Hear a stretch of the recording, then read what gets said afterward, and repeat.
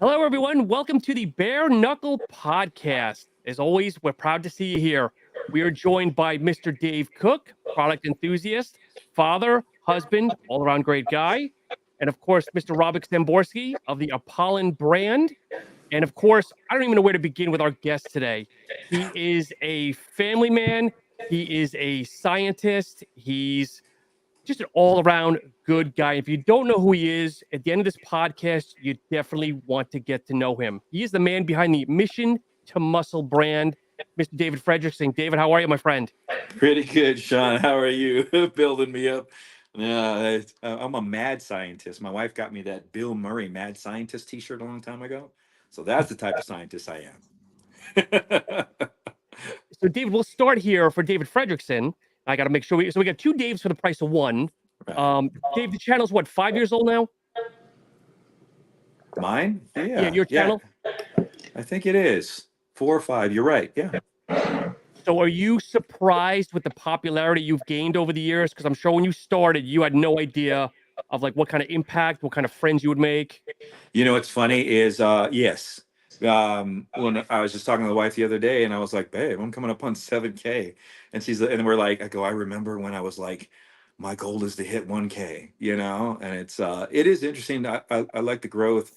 I do like the way the channel has evolved all as well, and there's pretty much a community there because people ask questions. There's no question that's stupid or anything like that. Every question matters, and I appreciate answering them. But like I said, I started the channel a while back, mainly, like I say in the reviews, so people know what they're putting in their body. Okay, so that still is my main goal. It's just this information, reactions, stuff like that. So I'm just hoping that it just continues to grow and people can appreciate the information that's being displayed out there. As far as just wanted to be a little different than other channels as But, well. but when you started though, you were still exploring yourself. Because if I remember, a lot of your videos were workout related, and I felt like less product related. That's true. When I first started out, it was more of a diabetic driven thing. Like people would say, you have diabetes in the gym? Dang, you look good. And so I was like, okay, well, I'm going to get into exercise form, my type of workout, stuff like that. But I'll be honest with you, a channel like that, you have to have a look. I'm talking, you have to have something special to grow a channel like that. Either to genetically be gifted to be attractive to the eye of most people or what people want. And I started to realize, it kind of wasn't my gig. I was a little old, I was 48, whatever, 49. And then I think it was NCN Subs. So Christopher over there was the first person to ever send me a product to review, and I appreciate him for that. Awesome guy. And once I did that review of the product, started doing other ones. I mean, it's not the reviews aren't like they are now; they're a little different. But that's pretty much where I was like, this is where I got to be. And from that, it's just history after that. David, Robert and I talk about this a lot. What do you think when people say, "Oh my God, you look great for 50-something years old"? My wife will tell you, I'm pretty. I'm kind of just like every average Joe out there. I don't think I'm anything special. I'm comfortable in my own skin. That's about it. So I enjoy life. I enjoy myself. I don't have anything. I just know there's no such thing as perfection. So it's about it, but I appreciate it. Because I know, Robert, you and I get a little hot where it's like, okay, well, what is in your case, 49, in my case, what is a 52-year-old person supposed to look like? Yeah, because the thing is that it's actually funny you brought it up because yesterday I was in a car with Marina and we were having that exact discussion where, I look around and, sometimes I come off a little bit aggressive or that some people think even disrespectful, but I never mean it that way. I just speak my mind and I sometimes people don't like hearing the truth and I think it gets a little bit uncomfortable. But the truth is that I look around, the gyms, fitness centers that I visit often, or even Apollon, and I'll see a guy in his 20s and 30s, and I'm like, shit, I'm in better shape than you are. At least physically, I'm not. I mean, I understand that 50-year-old joints are 50-year-old joints. I mean, that's just there is no other way around it, and it feels it. but the truth is that Dave is a perfect example. He has diabetes, but that doesn't stop him. I mean, he looks great, and I'm not going to use the terminology for his age because it's just I think it's offensive. I think it truly is offensive. I think it's disrespectful, and I'm not going to use that terminology. Yes, I'm sure that at his age, the joints, the recovery, and all that, and he has to probably adapt to his even to his diabetes when it comes to his workouts and stuff like that. But what is his age? I mean, he could be in shitty state and shitty shape, even being in his 20s, 30s, 50s. Doesn't really matter. If the guy is in great shape and he feels good and his recovery is good, sex drive is good, his well-being and how he feels is good, then what the fuck does your age mean? I mean, it means absolutely nothing. So I think that I think it's offensive, to be honest with you. You know what? The terminology offensive applies today to sex, religion, political views, race. But I think it's offensive when you tell somebody you look good for your age. Fuck you. I mean, I look good because I put in work, because the diet and the training and and the way of life, and I'm serious about what I do, and I look good not at my age. I just look good, period, because I fucking train, and don't tell me that I look good for my age. So I think it's stupid. And Dave Cook, you're just into the 40s now. Do you get that at all or no? No, I don't know if people really even understand how old I might be. I mean, you and I were texting 2 weeks ago. I think you were joking when you said I was like 32 or something. I don't know if you were joking or you were being serious, but oh no, yeah, no, I don't usually get that. But for me, I can't imagine not living this kind of lifestyle, being in shape, being healthy. And so, when I get to 50, I hope that I'm still able to grind it out like I'm doing now. I just, this is just part of how I am, how I've been built, Yeah. What's interesting is you've been doing social media for longer than me, I think, Sean, but you get thick skin, and you understand that there's I deal with people. I've been dealing with people for over 32 years. So I understand people. So like a lot of stuff doesn't really rub me the wrong way. I mean, a few things depend on how my sugars are, my testosterone levels at the time, because when they're normal, my test goes up. So I get more aggressive. So if somebody says something, I can be reactive, 0 to 60. But you just learn to just accept society the way it is. And I believe the sad thing is those people that are negative like that are such that talk crap are such a few amount of people, but they're the more boisterous people. Like they're the ones that actually will get on there and just talk shit all the time on your comments and stuff. And then we have too many people out in society that don't address those people, don't come at those people. They just sit back. They'll say it in their mind, but they don't like respond back to the comment on somebody else's channel or post or something like that. And it's kind of sad because I know Dave just started doing reviews right now, and putting out his information. And I believe it is the worst thing that society has been doing on social media, because it shuts people up that have information and experiences that they can share with the world, but they're afraid of the backlash. I have smaller Instagram channels where I'll post some of the stuff that goes on mine, where we're going back and forth. A lot of times I'm just having fun, and they're just like, I hope I can get like you one day to where I just can just have fun with it and not affect me. But so what happens is they have these experiences. It just bothers me because there's so many people that have experiences that they can share, that they can help 2 people out of 50 or 1 person out of 100. And just that matters, that 1 person, those 2 people. And they're being shut up by these assholes on social media, people that are tired of their own life and don't like who they are. And they have to come out and poke things, or you got these people on other channels that actually leave rude comments because they're trying to grow their own channel. It's so shady. The morals, the values and stuff from some people is just so ridiculous. Well, I can go on a tangent, of course, as you can tell, but I'll let you speak now. No, but you know what? It's actually 100% true. And I like a healthy argument, and I like, a nice debate that is respectful, and, everybody's entitled to their opinion. I'm 100% okay with it. But when it's rude and when it's, for the sake of attacking or getting attention or stuff like that, like, some people, like you said, they want to grow their own channel or they want to get the attention. And, for example, you have a couple of thousand of followers on YouTube and you are a known personality. So to get you to respond to somebody, especially if it's negative, it's going to bring attention to them. So what I learned to do, or actually adapted a way of doing it, is I don't respond. People like that, when I catch something like that where I want somebody just wants to elicit response from me because they want to get attention, or they want, like, oh, look, Robert responded to me, we're going to have a fight, we're going to have an argument, and people are going to pay attention to me. I automatically don't respond to a person like that, and I said it numerous times. I will block that person.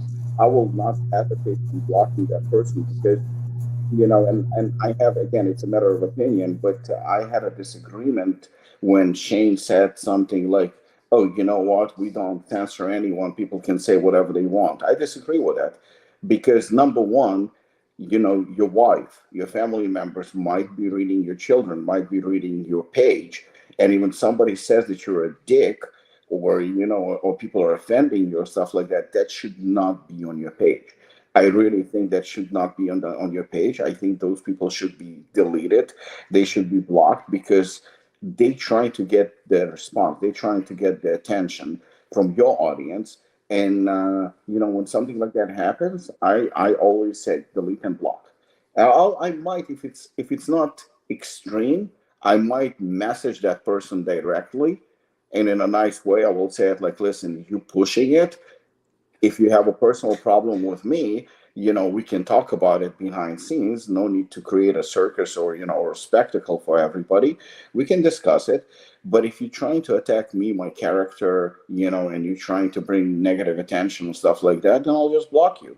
And if they continue, I do block them because it doesn't happen often, don't get me wrong, but sometimes once in a blue moon, it will happen because we just don't need it.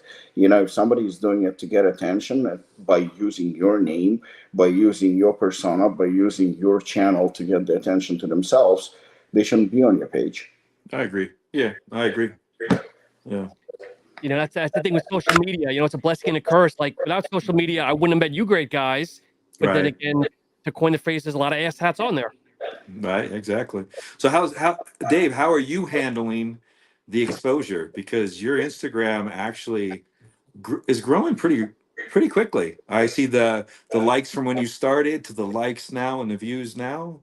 How you handling all that? It's so much fun to me, and like you said, I've been able to. In the beginning, you're very nervous about what other people are going to think. And, am I going to come off sounding like an idiot, or is anybody going to believe me? Or is things like that, questions that go through your head. Right. The more we've gone along with this, like you said, my skin has gotten a little bit thicker. Luckily I don't feel like I'm attracting the kind of audience that's going to talk a lot of shit. And I'm just out here trying to present, products that I use, experiences that I have, and just being honest with people. And luckily I haven't had, too much go on. But like Robert said, if you cross that line and you were to go into, like, say, family stuff, that's where, I would start to get a little bit upset about it. But, you can attack me all you want. I don't really care. I can, brush it off. I'm a big boy. I can handle it. And, but it's been fun though, and I really enjoy this. And like Sean said, I wouldn't have met great people like the three of you without social media here. And to me, this is just awesome to make these connections with you guys and, call you guys friends and chat with you about stuff. So I love it, and I hope I can continue to keep it going for a little while and, see where it goes from here. Yeah, you should. I'm hoping to see your channel grow. Oh, thank you so much. Yeah. Definitely. So, Robert, what's in the works? Asshole. If it wasn't me, it was David. It was going to come out one way or another. Yeah, I expected it from Sean. I didn't expect it from David because David and I we had a conversation this morning. I'm like, what a dick. No, but well, this product came out and it came guns blazing, which I'm very, very happy about. There's one product that is coming back. It's Fuck Mediocre, so we're gonna release that in about 2 weeks. I don't remember if you reviewed it or not because it came very, very briefly. It was like literally around for about a week. So that's a little bit on a higher stem, like more typical of what we do. So because it was literally around for a week and it was sold out, we're gonna bring at least 2 flavors back. It's going to be a limited release, so it's coming out on the 14th. That's the reason why I said that I'm going to send you towards the end of next week, so you can review it. But the main thing that I'm actually a little bit more, not necessarily proud, but I'm more excited, I guess, is because we're going to release greens, and greens formula is something that I definitely would like you to review. I would like your opinion, and it's something just slightly different than what we typically do. But I'm trying to do, people are asking like why separating Anarchy Labs and Apollo Nutrition, and simple answer is Apollo Nutrition kind of grew into more of a premium brand that is a little bit more, I'm not going to say mainstream, but not necessarily towards, I'm trying to position it where it's not identified as hardcore, because with winning awards and with getting the attention and with being a little bit more mainstream and more diverse, we're still known as a hardcore brand. We're known for what we are putting out as a hard-hitting product. So we're going to separate that, and that is going to hit the market probably. We're targeting right now July, and then the main one, of course, I think that's the biggest release that we're going to have is in August, and that's going to be Hooligan Salmon, which Dave already tried. Yes. Oh, how was it, Dave? You got to give me fantastic. Okay, truly fantastic. And I'm not blowing smoke up Robek's ass on that. That one it's a different feeling than version 6 for sure. Interesting. Okay, that's very different. Okay. Nice. Robek, actually, one of the questions that came in, it said, to date, what has been the most difficult product to formulate and why? You know what? Ironically, Desperado. Desperado's been very, very tough, because the thing is that when you have products like we've known for, if we're talking about pre-workout, because I guess that's the topic that most people talk about all the time. Hooligan, Assassin, they were kind of like, they were our identity. That's our DNA, that's Apollo Gym, that's Apollo Nutrition, that's what we were known for. So going from there to non-stem like bare knuckle was pretty easy, because it's still an extreme product when it comes to pump. It's just stem free, so it was the exact opposite, but still on the same kind of spectrum. With Desperado, it was very, very difficult because it's not a product that I wanted to release. And I guess, it's kind of we're setting ourselves here for, like Review Brothers said, the elephant in the room, and that is a daily driver. The subject of a daily driver came up a lot, where people maybe misinterpreted, maybe misunderstood, or maybe I didn't interpret it the right way, where everybody jumped and said, like, not in a disrespectful way, but pointed out, like, oh my God, he hates the terminology daily driver, or, I'm against it, or stuff like that, and which is not true. That was not my point. My point is, and I think that Dave's review kind of nailed it where I was going with this. He called it a daily driver a couple of times, and I had zero problem with that, because the thing is that at the end of the day, we can call a daily driver whatever we want. I had somebody message me and saying, well, my daily driver is Assassin. And who am I to say otherwise? If that's your daily driver, that's your daily driver. For some people, it's a cup of coffee. I've heard that many times. I don't need a pre-workout. For me, it's, double espresso and I'm good to go. If that's the case, who am I to argue? That should be your choice. So I didn't have a particular problem with the terminology, because, again, at the end of the day, everybody is entitled to their opinion, and everybody can call whatever they want, a daily driver. That's fine by me. My problem is, again, with our industry. And,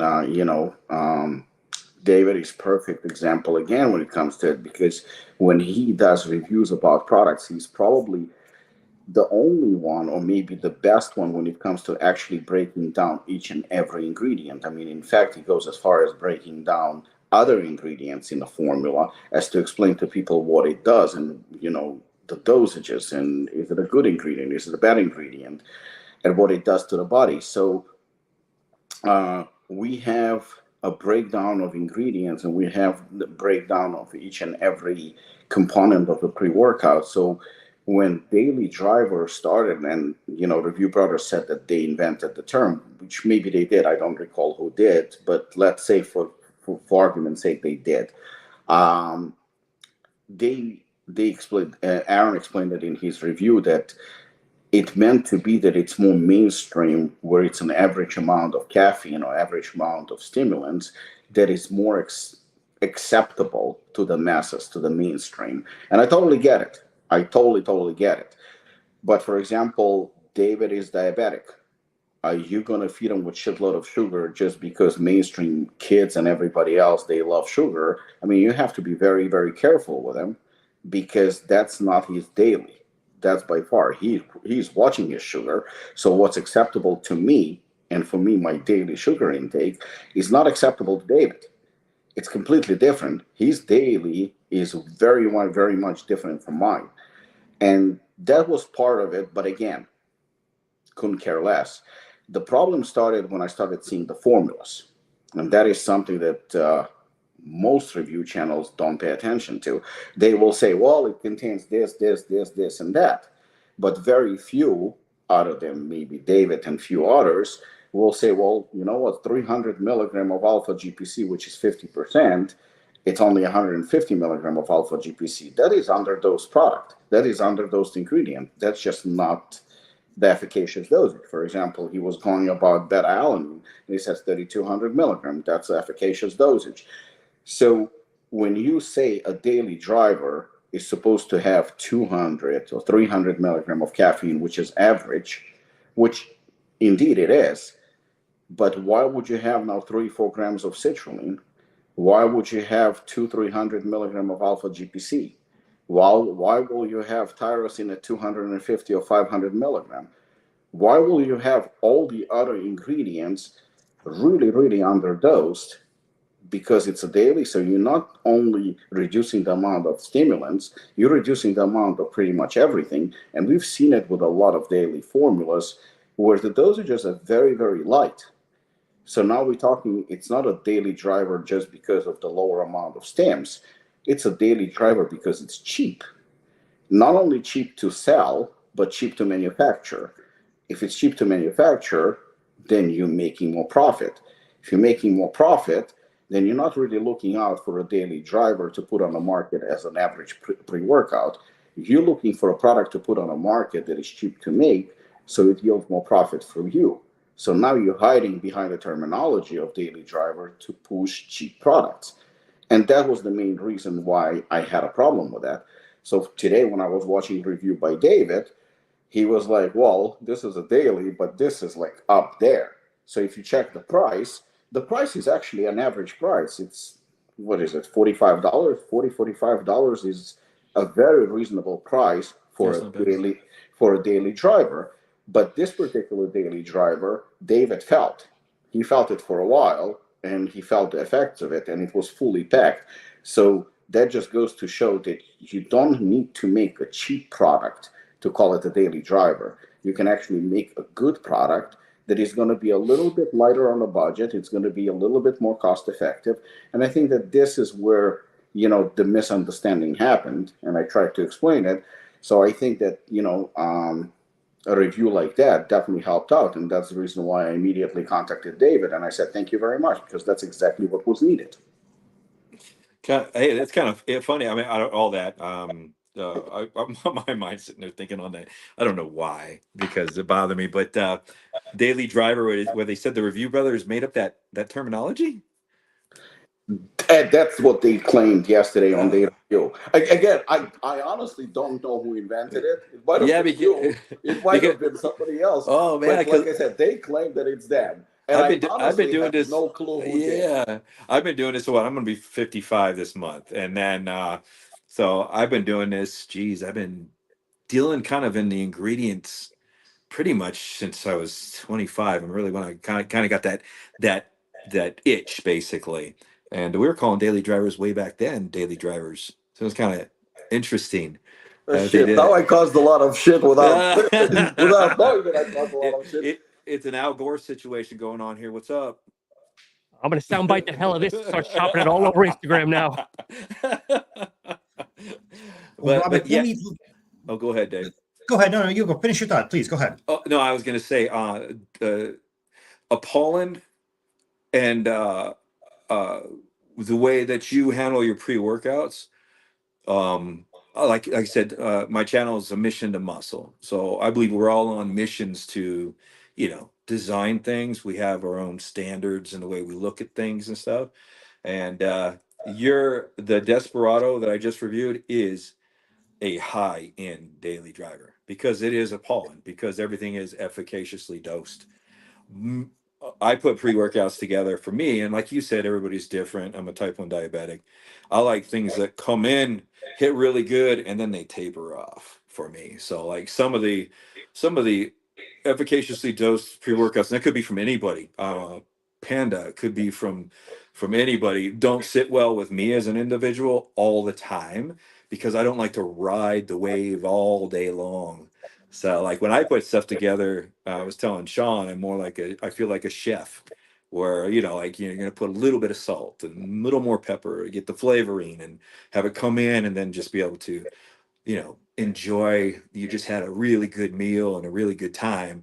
So that's basically when I put stuff together, my kitchen sink type stuff, that's pretty much what I'm looking for. So it's not always efficaciously dosed, but it's always in the realm of efficaciously dosing. You know what I mean? Like some of the pre-workouts out there have 25 milligrams of theobromine or 25 milligrams of dicaffeine malate, or you know what I mean?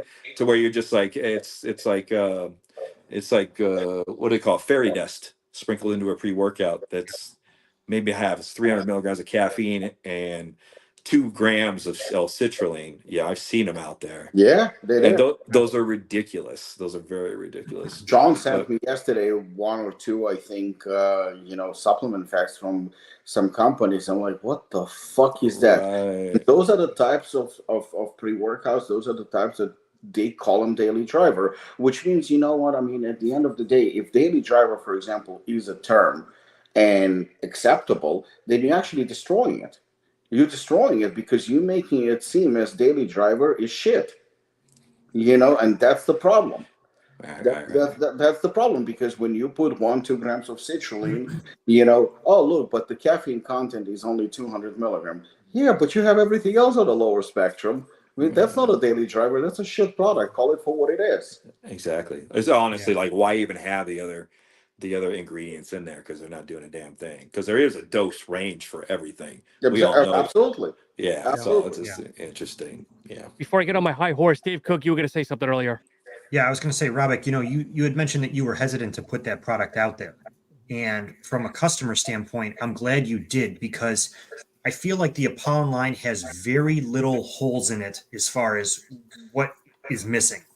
And that was like a tiny little hole, but you plugged it. And the reason I say that is you take something like Hooligan. A lot of people that comment to me say they love the formula, but the 600 milligrams of caffeine is too much every single day. And you have 2 of my absolute favorite pump products in Bloodsport and Bare Knuckle that are completely stim free. But there was just like that little range in between those 2. So Lionheart was there, but Lionheart didn't necessarily have the pump. Now you've addressed it, and I think you did a great job with this. I'm glad you released it. No, I appreciate it. And you know what? You're absolutely right about it, because the thing is that, sometimes I feel like I'm bragging about certain things, but it's not bragging. It's more like a pride about what we do and how we do it. And I said, well, we have something for everybody. And it was not necessarily true, because the thing is that you want non-stim, well, here's Bare Knuckle. You want something strong, here's Hooligan. You want something that has no stims, but you can just add it to something, well, you have Bloodsport or you have Lionheart. But the truth is, we didn't have in between. And to give credit where credit due, Shane actually was the one who brought it up. He goes to me, well, you don't have something in the range of $40-$45, something a little bit more on a more economical scale, something that will work. And then because of the daily drivers that I saw, so-called daily drivers, most of them were shit products. I mean, let's call them for what they are. They were under those crap. I was like, I'm not doing that. There is no way I'm doing that. So I was kind of pulling back because I thought that this is going to be like, well, Apollo calls itself premium, that we sell Mercedes and BMW, and then we're going to sell, a Prius or a Kia. I was like, okay, we're not going that route. Nothing wrong with that, but there are other brands for that, so we're not going to do that. But then when I started one day just playing around with formulas and going back and forth with the manufacturer, I was like, hold on a second, we can still put up a decent product where it's not going to be expensive or, on a premium scale when it comes to money-wise, price-wise. We can do something like that, but at the same time, be proud of it that it's our product. And, to get... don't get me wrong. I mean, I love the reviews by Ari. I love the reviews by Review Brothers. I mean, those are reviews that are amazing, and everybody has their own angle. But when it comes to reviews, especially breaking down all kind of ingredients, and the dosages, I mean, I said it numerous times, and I'm going to say it again. David is the best. I mean, no offense to anyone, but David is the best when it comes to it because he breaks down each and everything. And even a good brand like Apollon should be nervous when David is, reviewing a product. Why? Because he's not going to leave the stone unturned. He's not going to go like, oh, this shit slaps. I don't give a fuck if this shit slaps. I really don't give a shit. I can give you 1,000 milligrams of caffeine. That shit will slap. It's going to be very cheap to make, and it will slap, and you'll feel it. And this is where I disagreed with TJ from Fitness Deal News, where he said, well, I don't care what's in the formula as long as I feel it. I mean, go to Starbucks right now. We just looked it up. Average latte has 150 milligrams of caffeine. Have 3 of those. You're going to have 450 milligrams of caffeine. That shit will slap and taste good. I'm sorry, but, it also will have added calories. It will also make you fat. It will also not be good for you, and not because of caffeine, because of the sugar content and other shit that it has. So will you feel it? Absolutely you will feel. You're not going to feel the pump. You're not going to feel the focus, but you're going to feel the energy because 450 milligrams of caffeine, you will definitely feel it. So the label is important. The formula is important, especially when it comes from a reputable brand that that it's manufactured in the right facility, under the right circumstances, using elite ingredients. Then when you enter David, you go like, shit, this guy is actually going to break it down. To me, David is what Roger Ebert used to be to movie reviews. To me, he was the best reviewer ever. That's it. I mean, he passed away, and I still don't think, David, I don't wish for you to pass away. Because sometimes my words get but my words get a little bit twisted. So, I got to be very careful and put a disclaimer. But to me, Roger Ebert was the best movie critics ever. He was just absolutely fucking amazing. The way he would break down each and every movie review. I'm an enthusiast, an amateur, and I do movie reviews just for the fun and entertainment of it. But I try to at least not copy, but kind of try to do justice to what he used to do. I mean, I'm not nearly as good, but to me, that's the pinnacle of what it's supposed to be. And to me, the pinnacle when it comes to breaking down the ingredients and dosages and calling it what it is David. And again, I'm not blowing smoke up his ass because he knows it's true, because I said it numerous times to different reviewers where I said, to me, David is elite just because he is quote unquote dangerous even to premium brands, because if we miss something, he will probably spot it. And that can be very, very crucial mistake, because he knows, he actually does the research and he goes deep into what it's supposed to be like. So I think that's a very, very important aspect. And if more reviewers would actually bother, doing a little bit more research and being a little bit more, not necessarily honest, but open about it and not afraid of the consequences, I think that the industry would be better, and the brands would be a little bit more aware of the consequences of putting out shit products. Yeah, I agree. Yeah, I agree. So talking about daily drivers, so David Fredrickson has not seen this, but Rob, like, I'm going to pull up that label that I sent you and also David Cook Yes. here, because this has broken my algorithm. It's almost like if there was a visual of nails on a chalkboard, this is it. Okay, so I don't know if David's gonna be able to see it, but I can read it. That's Okay, so we've got basically an energy endurance focused matrix of 550 milligrams, L-taurine, betaine, waxy maize, citrulline, and tyrosine, equaling 550 milligrams. I said in my reviews too, like L-arginine's not a bad product ingredient to put into a pre-workout, but without like L-citrulline, that is an inhibitor of the argininase, it's shit. Excuse my language. They did pretty good on the phosphorus and magnesium and chromium. David, don't give this any blessing. Please don't. Sorry. Yeah, that's a shit product there. It really is. Okay. All it is just caffeine. So the wise ass that I am, I started calling some of these out. And I want to share with you some of the responses that I got here. Okay. You're going to love this. One of them was, we are proud of our formulation. Okay. Sounds good. This is a good one. The label was getting too long and we needed to condense some of the ingredients. Well, they succeeded. We wanted, this is another one. We wanted to highlight the more important ingredients. And I'm assuming they mean like the B vitamins.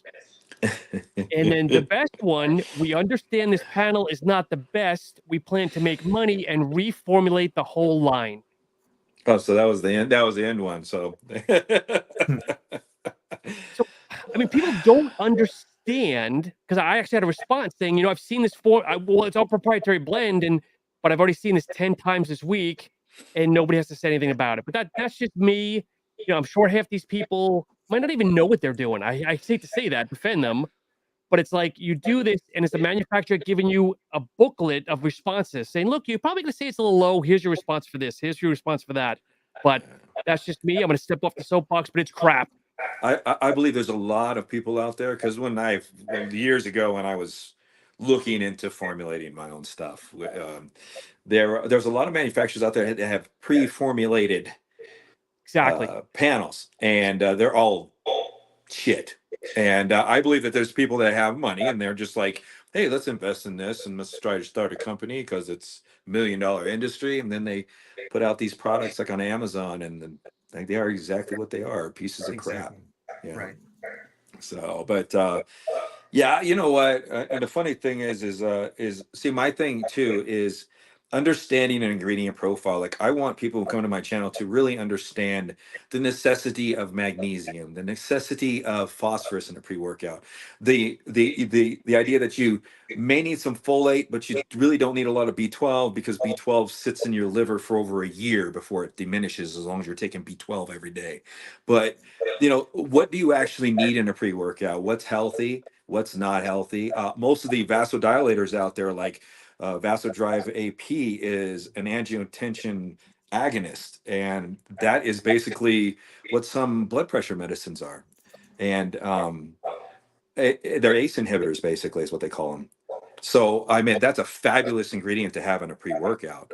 But then you don't want to put like something else that's comparable to that in the same mechanism in the body to make it work, because then you're overdoing the pathway, So I just want people to be able to get into my head sometimes when they're looking at a profile, and then be able to, like, oh yeah, Dave said this, or this, I remember hearing this, so I don't want to take that. So like, even like the arginine thing, it's like anybody who buys 6 grams of arginine in a product, and I've seen them on Amazon where they're using arginine as the vasodilator and they're using the AAKG or whatever it is, or the HCl, it is shit. So, but people are buying this stuff on Amazon.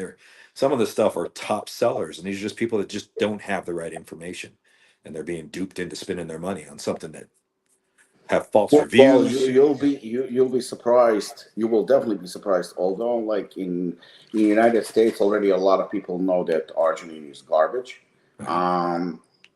I traveled to Russia, I think maybe 5 years ago or something, 5 or 6 years ago, and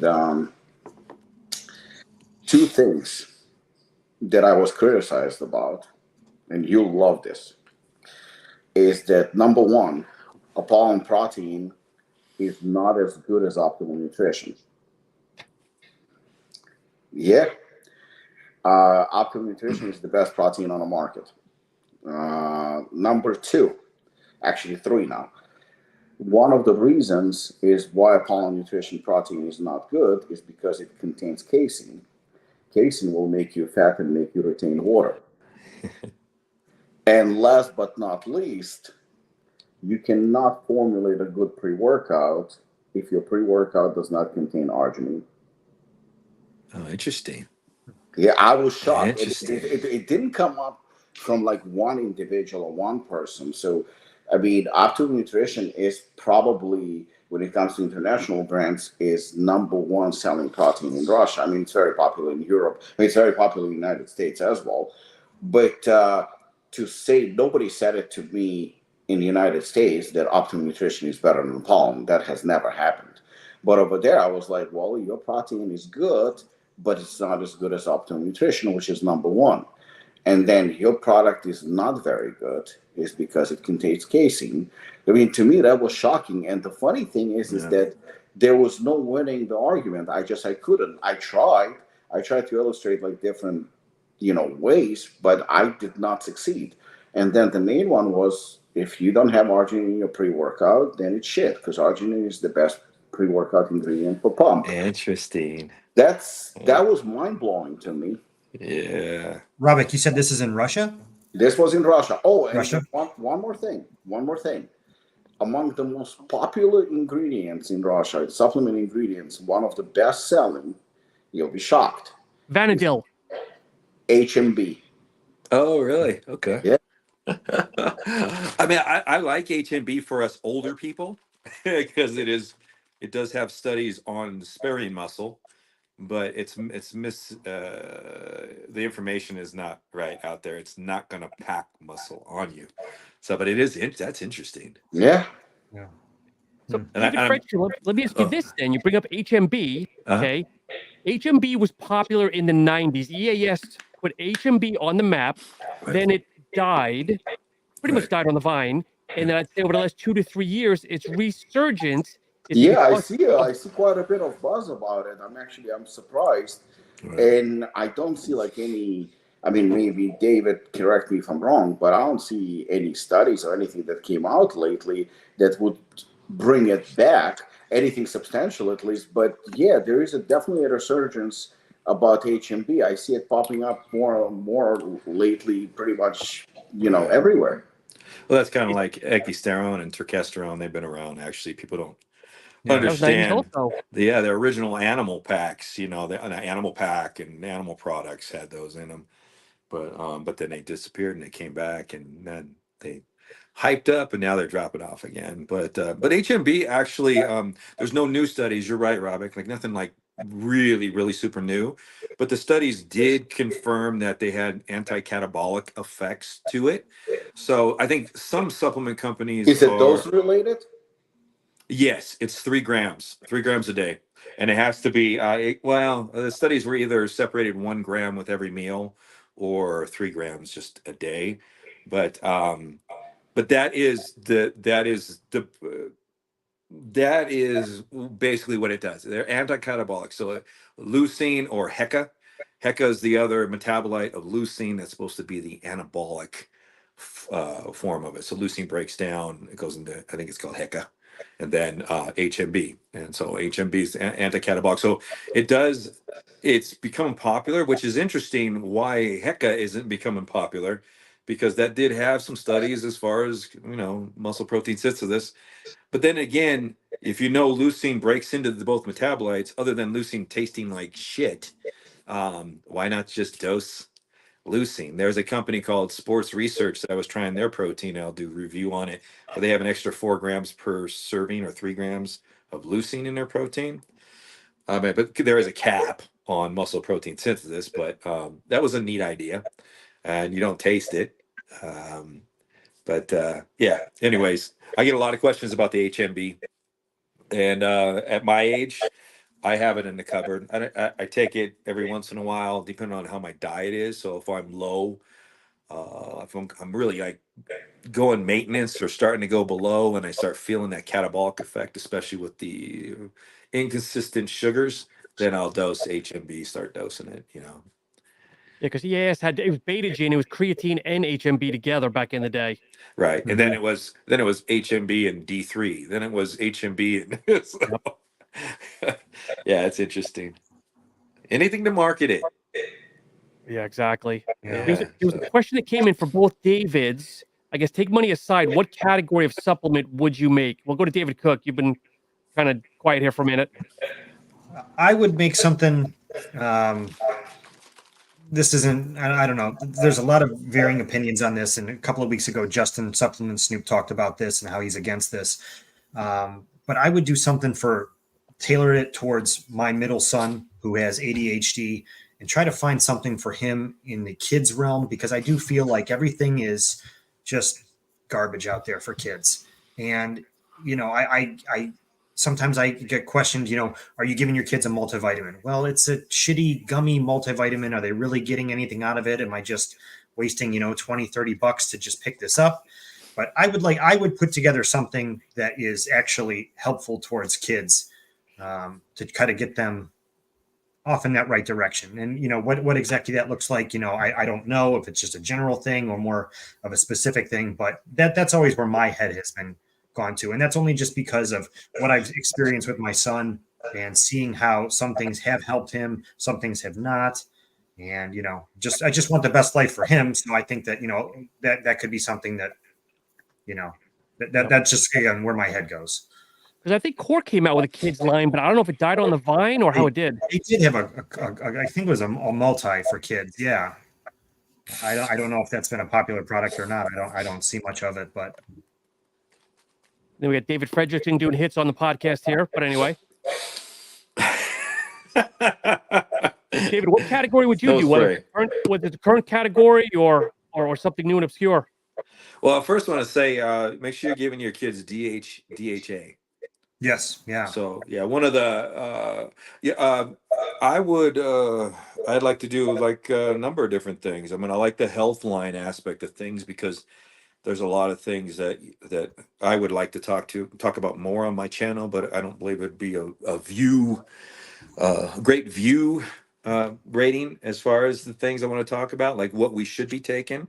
Like if we were talking about at our age right now, what we do health wise, that's to me that's like super important. I think I think Apollon has the best fish oil, and people don't realize that you should be having, I mean, dose wise, the extract, the EPA and DHA, that people should be getting 2 grams of fish oil a day, especially in out here in the U.S.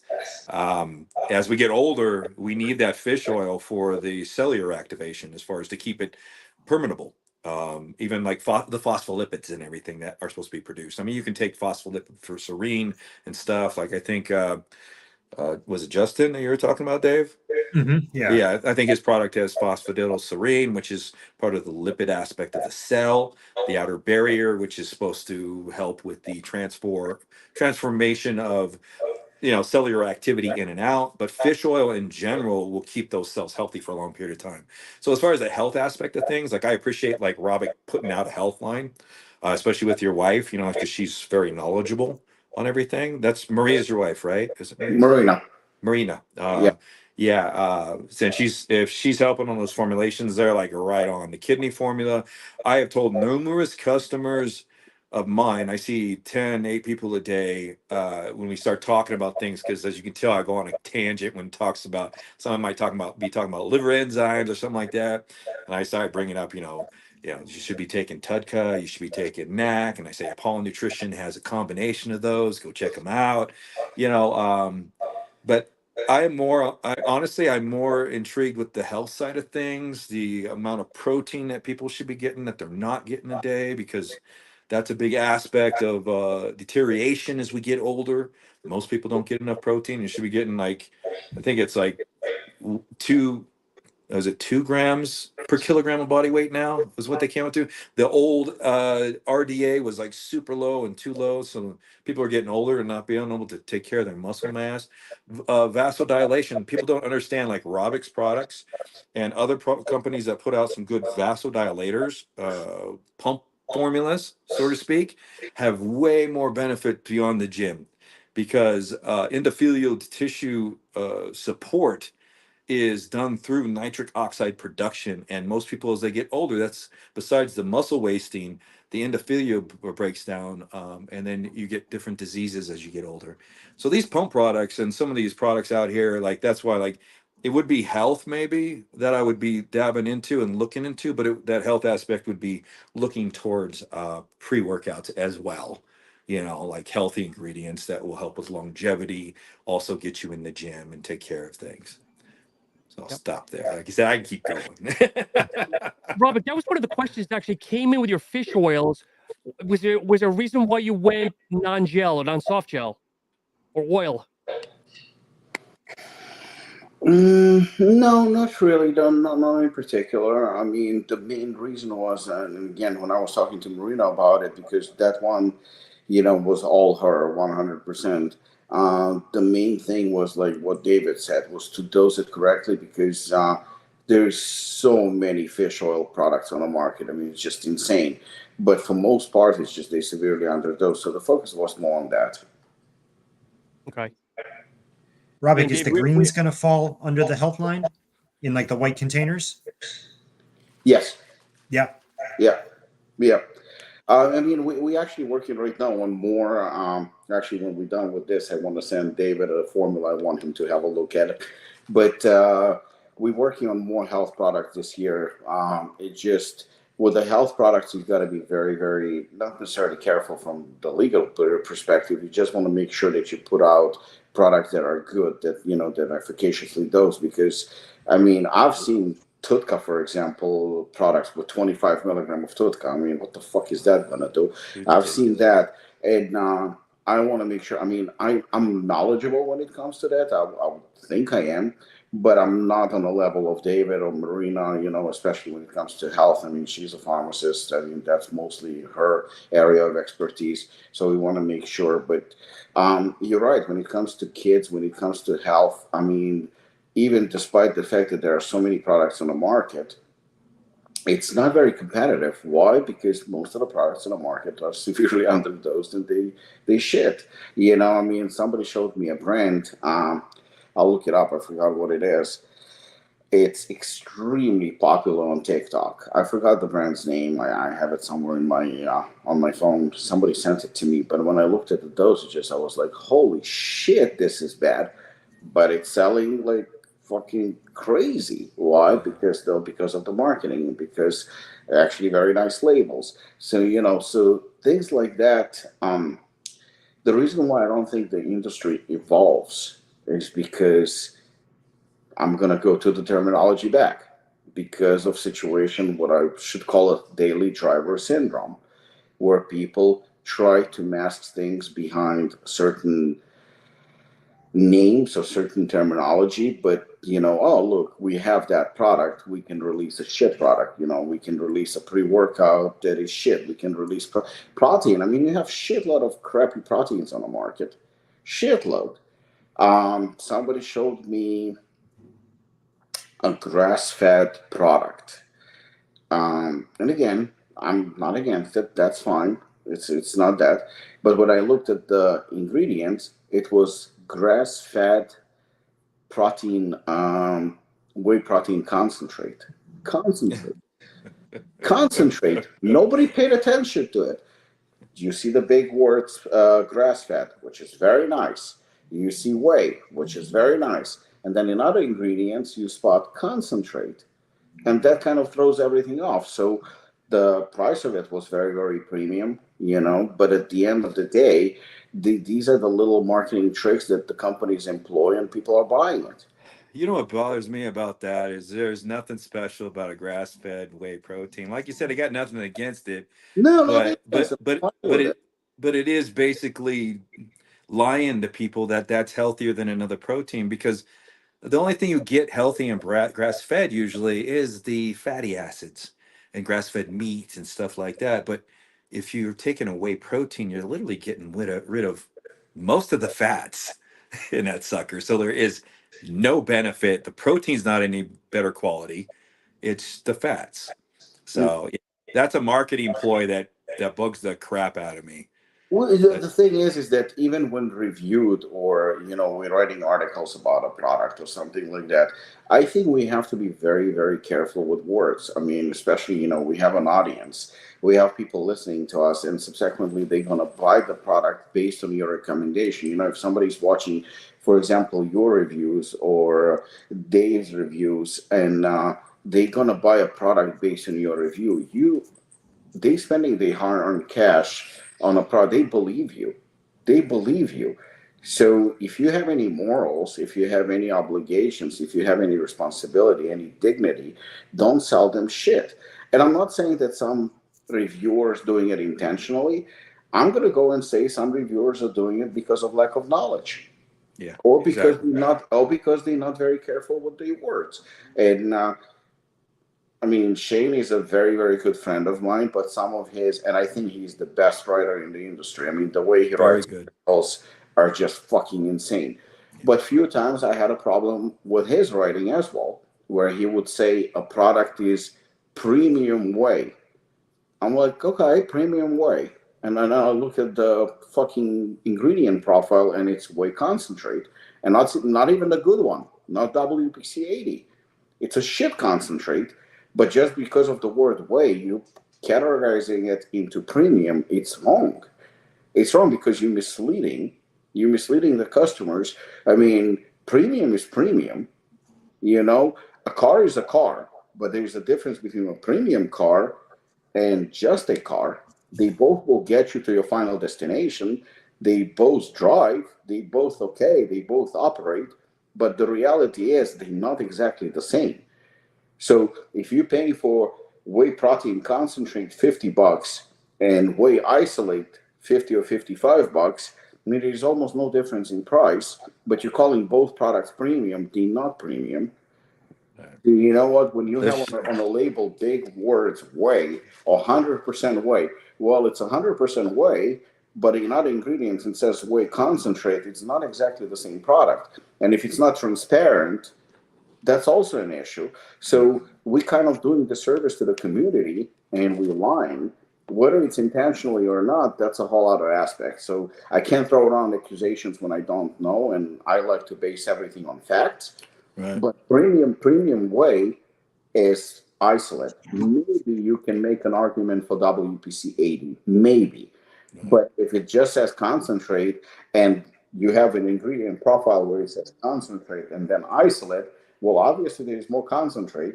And what if that concentrate is 34%? That's what's on the label that says 25 grams of protein is far from it. And now you actually tell it, oh, it's a premium product. It's not a premium product. It's not a premium product, but the customer is paying a premium price for essentially a shit product. And I think I'm drinking some wine. I think that's the problem.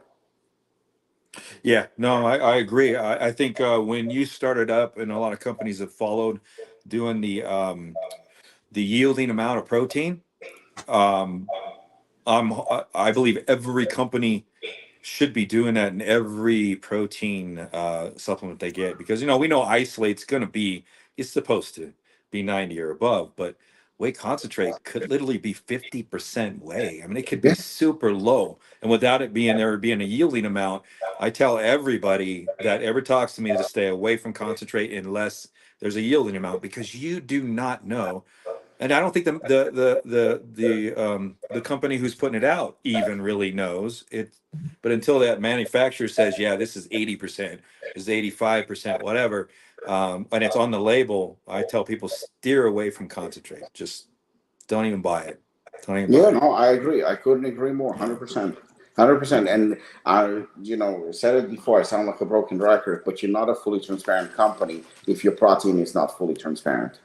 You're not. You maybe have a fully transparent pre-workout, but that's about it. And Dave Cook and I had a conversation about it, and it was a very, very interesting conversation. I enjoyed it tremendously, where we discussed this at length. And this shit, we're talking about improving the industry. How the fuck are we improving the industry? We're still doing the same shit that was done 10 years ago. And then somebody claims to be premium. Well, you're not premium because on your container it says 25 grams of protein. And if it says concentrate, or even if it doesn't say concentrate, it says isolate or something like that, that's not 25 grams. That's actually around 22 grams. I know, I know it's a small difference. I know I'm nitpicking. But the thing is that will I point that I have it and you don't? Damn right. Damn right. Because my 24 grams of yield, my 24 grams of yield protein is higher than your 25. Yeah, you know what? And it's not a small difference. This is the stuff that we walk on eggshells talking about, and we try to like not be nasty about it. When it comes to protein and when it comes to muscle breakdown, that as we get older, and the amount that people not getting enough protein, like I said, the amino acids to rebuild muscles, we store fats, we store carbs, but we do not store protein. Where the storage is in our muscles. So if somebody's being lied to on an amount of protein that is in a supplement, and they're trying to get they're just pushing the low amount of protein that they need for the day, but it's off because the manufacturer who's putting the product out isn't being honest with how much protein's in there. Like if it's supposed to be 30 and they're only getting 26, and at the end of the day they're not getting that 1.6, or they're getting the low end of the RDA, they're not getting any health benefits from it. So we need to know exactly how much protein we're getting, because there's a lot of people that are dialed in, and they're keeping track of it because they're looking at that health aspect. I think it's a horrible thing. I think, like you said, the industry needs to change. You're one of the companies. Panda's one of the companies that is changing the industry by putting the yielding amounts in their proteins. So I hope that this continues. I want to see more reviewers and more people talking about supplements and bringing that up, that there's no yielding amount in this protein, so you don't know how much you're getting. And this is a very important aspect of your dietary nutrition, as far as knowing how much protein you're getting. And then hopefully that resonates into the manufacturers who are putting out these products that are possibly lying. Maybe they are trying to save money and putting cheap ass concentrate percentages in there. As you can tell, I got a passion for this because you clearly fired up. It's very obvious. Yeah, it's a very health is super important in this whole thing. Our physique, the way we look, our vanity is all bullshit. As far as when it comes to long term, because we all get old, we all change. We're not always going to carry the muscle mass we want, but how we live, how our life is, how we actually can move at 70, move at 80. I meant shit. I want to still be breakdancing, Sean, at 80 years old. You're going to see it. I'll be a type 1 diabetic still at 80 years old and still breakdancing and bopping at 80 years old, because that's my journey to take care of myself, my blood vessels, my soft tissues, my muscles, everything. Just I'm on a mission to make sure the longevity is there, and the idea of living healthy and actually not just sitting around old, not being able to move. You know what I mean? So, it's I'm very passionate about this stuff. No, it was rightfully so. And actually, you know what I said about, it's not a big deal because it's only 2-3 grams of protein. You know what? After what you just said, I'll take it back. There is a huge difference.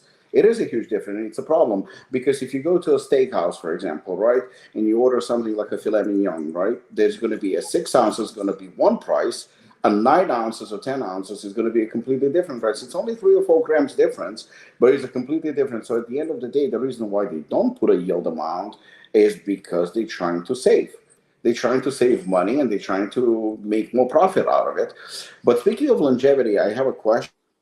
I think I asked you on one of the podcasts, but I actually want to do it one more time and be a little bit more broad, and especially it has to do with longevity and with, being diabetic. Again, more and more I see, maybe it's a debate that you can settle.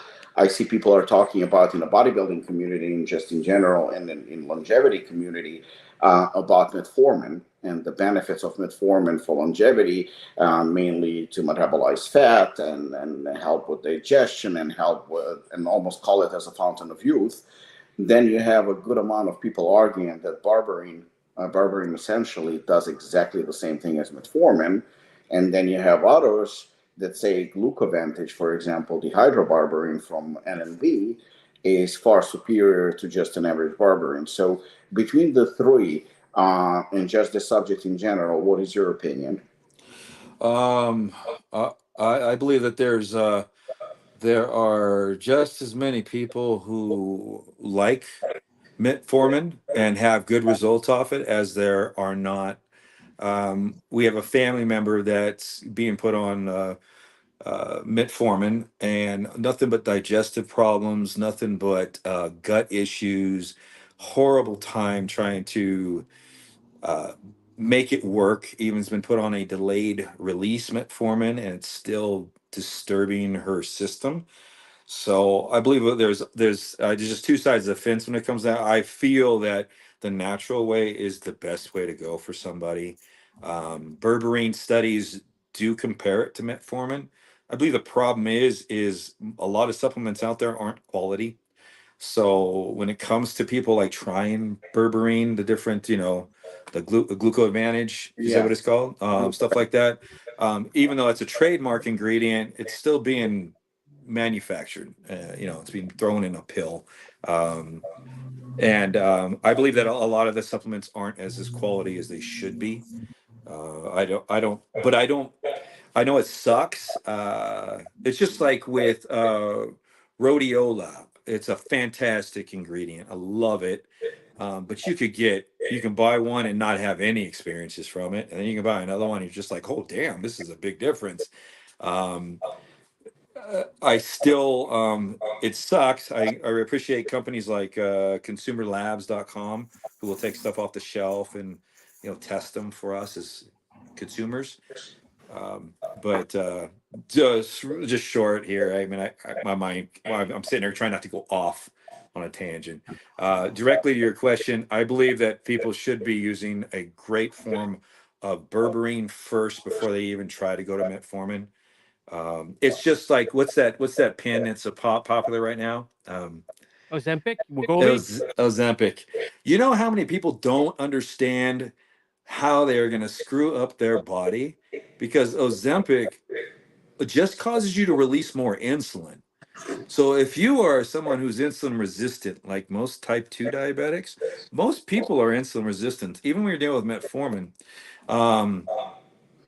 If you are secreting more insulin into your system, but being insulin resistant, your cell is impermeable, you're pretty much just fucking up the actions of, excuse my language, you can beep that out, I hope, but the actual natural actions of your body on a cellular level by shooting a ton of insulin in your body, forcing the GLUT4 receptors, the tyrosine. There's another thing. People don't understand how important tyrosine is. It's part of numerous actions in the body on a cellular level. That's the transport mechanism that actually activates GLUT4 in a cell.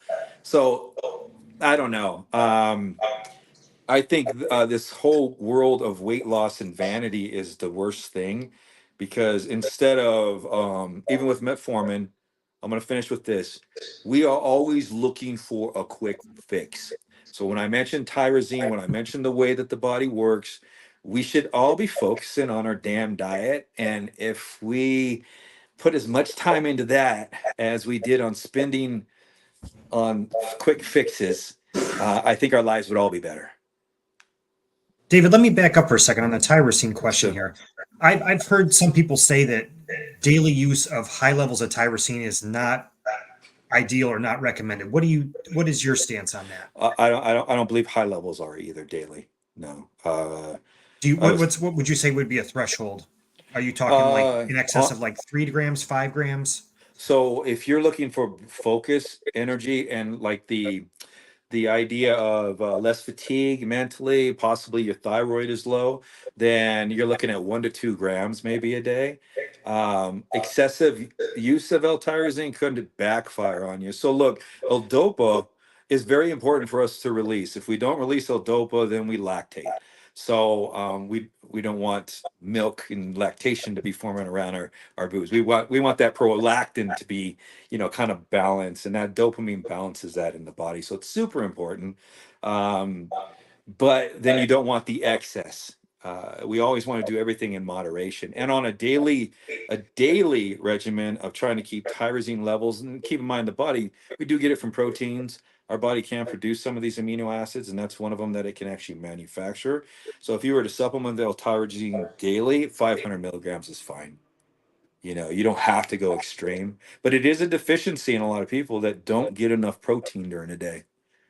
So those mechanisms of actions in the cell, tyrosine, they could be deficient in it. And there's on a cellular level with GLUT4 because GLUT4 is just a door that swings like this, but it's only activated by those receptors, on the cells. And without enough nutrients for the body to actually be able to manufacture these things, that's where you become with deficiencies and problems on a cellular level. So I was talking about nutrition wise. Yeah. I think that's interesting. That's what seems to be one of those ingredients where you see a wide range of dosages from, like you said, at 500 milligrams. Some companies, Morphogen had a product that had 10 grams. That only lasted a little while, but, varying dosages. I mean, commonly, a gram, maybe a gram and a half, 2 grams. But yeah, that's great information to know as to what you would look for on that. Because I've read with tyrosine that like over 3 grams can bring on migraines, and I've had some of that. Yeah, we're just so much into the extremes sometimes. There's some ingredients, we can do some stuff with, but there are some studies where there was like 10 grams where they're giving people, and I'm like, oh hell no. I tried 6 one time and I felt like crap the whole day. I think I tried I don't know if it was Godzilla Pre or if it was the one before that was a big one. No, it was the Cage Nutrition or Cage Supplements one where it was supposed to be like the Godzilla one, and it had like I think 4 to 5 grams of L-tyrosine. I didn't like that. I even said it in my review. I didn't like the way the head hit was. I didn't feel good. It took away the dopamine hit almost, like the L-dopa hit that's supposed to make you feel good and wake you up. Made me all kind of docile. Yeah. So David, as you went down deep, go ahead, Robert. Go ahead. No, I agree. You know what? I think if you supplement with something on a daily basis, especially tyrosine, I think about a gram a day, I think that's fine. That's no issue whatsoever. In a pre-workout, I've done 2, 3, I even done 5, and it was okay. And then I did try Morphogen at 10, and I can't say that I felt like shit or anything like that, but it felt weird. It felt because the thing is that it's the same thing as there is a supplementation where you take something on a daily basis as a supplement that can be usually lower amount. If you do something in a pre-workout and once in a while, once every few days or something like that, so it can be on a higher dose for sure. But we also very, very dose dependent. I mean, realistically speaking, 2, 3 grams of tyrosine, maybe even 4 or 5.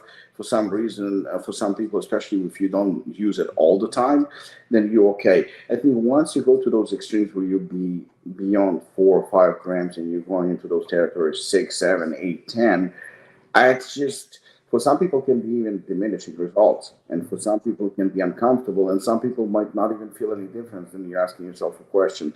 At one point, 2, 5, and 10 makes a difference. I mean, there's no point of that, but sometimes we like to get to extremes. I did feel a difference between 3.2 and 6.4 grams of beta-alanine. For me personally, I didn't enjoy it more, but there are some people who enjoy it a lot more because they want to feel that extreme. And again, it boils down to what is a daily. When we released bare knuckle initially, we didn't have any beta-alanine in it. The first and second bare knuckle didn't have beta-alanine in it at all. Why? Because even though it's not a stimulant, it feels like a stimulant because you feel like something's going on. So we decided, you know what, we're not going to have any. We got a backlash. People were complaining, give me my beta-alanine back. I want my beta-alanine. So you can't, at the end of the day, you can't please everybody. I mean, what's good for me might not be, like for example, Eric Schwartz does not like more than 200-300 milligram of caffeine in his pre-workout, and that's fine. And then there are people who don't want it at all, and there are some people who want 500, 600, 700 milligram of caffeine. There's nothing wrong with that either. It just, everybody is different, and we have to. But when it comes to essentials such as creatine and protein, then that's exactly what David said. We need to have an exact amount. We need to have it. Those are important things. There is recommended dose. There's a study dose that we need to have a certain amount of protein in our diet. Everything else, that's the reason why you have so many pre-workouts on the market. That's the reason why you have so many fat burners on the market, when nootropics on the market, because everybody's different, and you have to find something that works for you, as long as it's not that crappy formula that you showed us today. David, let me pick your brain on the creatine thing, since Robic brought this up. Sure. Do you think that something like body weight is a factor in determining how much creatine you should take per day? You know what's funny? That is a good question, and they never had a study. I don't think they've had a study on the body weight thing. They've just kind of like generalized it at 3 grams to 5 grams, which I believe anybody under 200 pounds should be fine with a 3 grams, 3 to 4 grams. It's just every scoop you get is 5 grams. I've literally taken, so I'm 225 right now. I take 5 grams a day.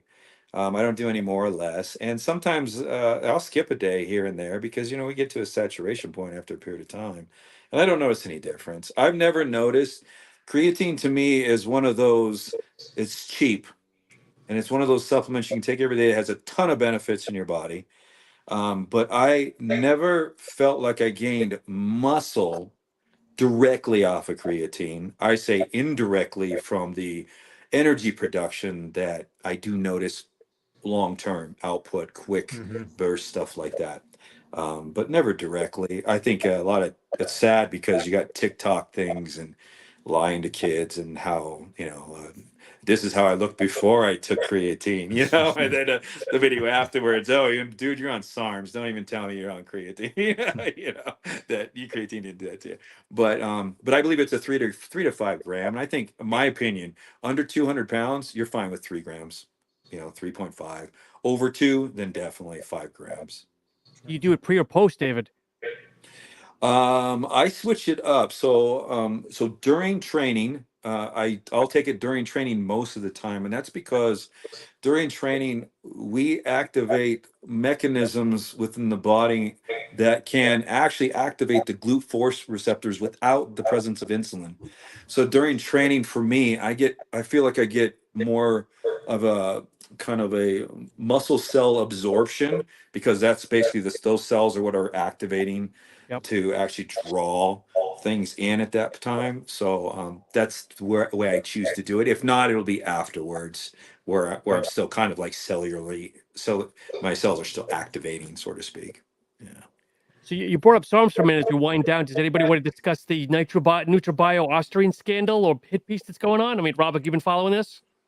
Yeah. I mean, I've been following this. I mean, nothing will surprise me in this industry, and nothing will surprise me at all, just in general. But the thing is that I don't have all the facts. What I do know is NutraBio is one of my favorite companies. I do like NutraBio. I like what they stand for, the transparency. I like their formulations. I mean, the company is solid. So, for them to have Austrian, and they manufacture their own products. I mean, they manufacture their own products. For NutraBio to have Austrian on premises, I mean, to me, that's very, very, very highly unlikely. I'm not going to attack anyone. I'm not going to defend anyone because it's just not my place. I would say that it's hard for me to believe that it's true. But it definitely, I can see why it created so much controversy because, Brian Garcia is a high-profile boxer. He's a celebrity. I mean, I believe he made about $50 million from that fight. And, apparently he failed for 2 drugs. Then they said that he failed only for 1 drug. And now he comes out and he says that it was NutraBio's, carb product, which is clusterdextrin. So for something like that to find itself in a clustered dextrin product, it's extremely unlikely. Yeah. But again, I mean, I'm pretty sure the facts will come out. I know Mark Glazer personally, and I know he will defend his brand. He's very, very defensive when it comes to his brand. He loves his brand. He's very passionate about what he does. And I truly find it very hard to believe that there is any truth to it. And that's about it. But I understand that it's huge news, and I understand why. But at the same time, I don't. When I read it first, I kind of smiled. But at the same time, I wouldn't give it another thought because I think the truth will easily come out, and something tells me that it's not true. But let's see. I mean, what's going to happen? I don't think that it's going to negatively impact NutraBio, its operation and whatnot. But I wouldn't rule out a little legal action going on in either direction. In fact, I think that because it's such a high-profile fighter, I think that this is definitely something that's going to escalate. But at the same time, I just don't feel NutraBio getting affected negatively. In fact, I think it brought them a lot of publicity, and I wouldn't be surprised if everybody's going to be buying the product now. Yeah, all little teenagers and 20-year-old somethings hearing our streams in it. So, but guys, it's been a great conversation. Have we missed anything? Anything else to get off our chest before we wind down here? David squared or? No, Yeah, I would just say a couple of congratulations this past week of some news that I saw. Apollon, you brought on Yari, which I thought was I love Yari. He's a great guy. Congratulations to GGH on his new pre-workout there that he's teamed up with Dark Lab. So good for him on seeing something like that happen. Luke Fern with Desperado. That's great. And then keeping it in-house, Sean, you got a new job, you told me. So congratulations to you. So appreciate that. And also, all your new is it Olya? Is that how you say his name, Robert? That just won the New York Pro, the 212? Yes. Okay. So yeah, and David, obviously, I don't want to split anything, but there's some good things that we should be looking forward to with you and your brand over hopefully the next couple of months. So we'll leave it at that. We'll see. But as always, guys, it's good seeing you, David. It's always a pleasure having you on. Thank you so much. Oh, thanks for having me, guys. I miss you guys, and I like the addition of Dave. I'm trying to. I don't comment all the time, but I watch all the podcasts. And I think Dave and Sean, you two right there, are actually a good combination. So I hope you keep having them on. Yeah. Definitely. Well, he's our wingman. He's a staple. Right. Thanks, David. And thanks for coming on, because really, when I watch your videos like multiple times because I always pick up something new the more I watch them. So keep up that awesome work. And like Robert said, you are the GOAT when it comes to these reviews and your breakdowns. And I really appreciate what you do. It's awesome. I appreciate you. And I didn't want to leave out Robert there because he's the bare knuckle of the whole podcast. Of course. So, Thank you. Appreciate it, guys. So David, if someone goes to YouTube channel, did they type in David Fredrickson or Mission to Muscle? Like, what's the best way to find you on YouTube? I think either way, because I usually type David and no problem whatsoever. Yeah. A lot of people just use my name. Yeah. But if you do Mission to Muscle, you have to do @Mission to Muscle, like the @ sign. And then it just comes up. So appreciate you guys.